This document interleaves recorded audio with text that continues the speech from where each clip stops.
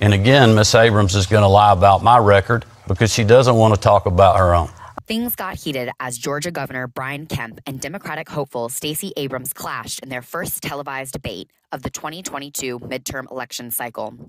Here are the top takeaways from the highly anticipated debate. Yeah, we're going to move on here. Number 1, education. A pronounced issue during the debate was how candidates plan to improve the Peach State's education system. We are funding K through 12 education in this state more than we ever have per pupil, ever. And that's coming off a recession during the middle of a global pandemic. This includes my promised teacher pay raise of $5,000. We can also give an $11,000 pay raise to our teachers instead of a $5,000 pay raise on layaway.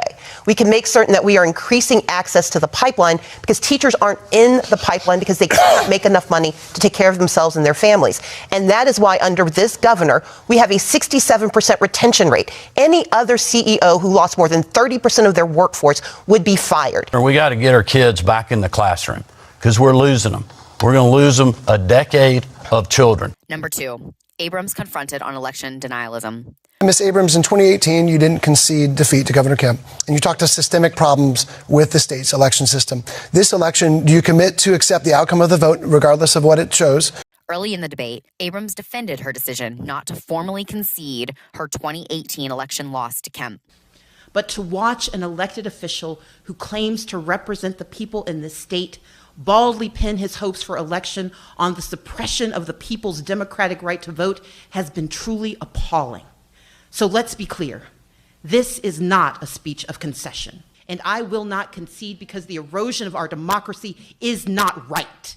Her failure to concede has given Republicans ammunition against the left as they seek to deflect criticism about former President Donald Trump's controversial claims the 2020 election was stolen from him. And do you stand by your use of words like rigged 4 years ago to describe the state's election system?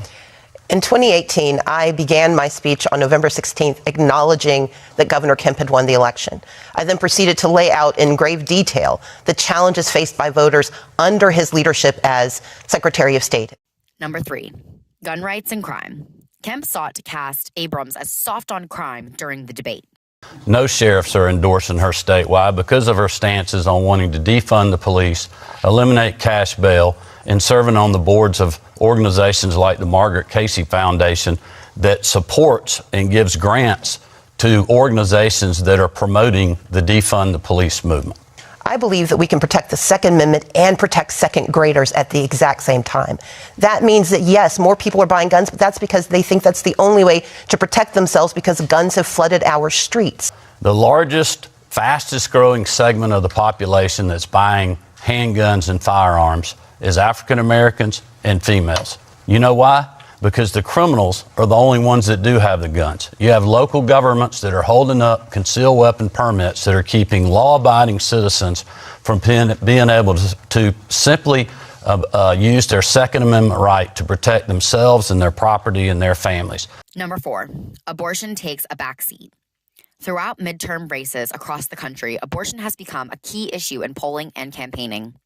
Other than Abrams raising abortion and passing a few times throughout the debate, he has weakened our privacy rights and women's rights. And at one point, Kemp saying he would not ban emergency contraceptives in the state. The issue was not a sparring topic between the pair. Recent polling has indicated economic issues such as inflation and rising prices at the gas pump have begun to overshadow abortion in voters' minds even after the Supreme Court overturned Roe v. Wade. Kemp touts a 5-point lead over Abrams in the latest Real Clear Politics poll. Abrams entered the debate hoping it could stem her polling woes as she continues to lag behind the incumbent governor in most election surveys.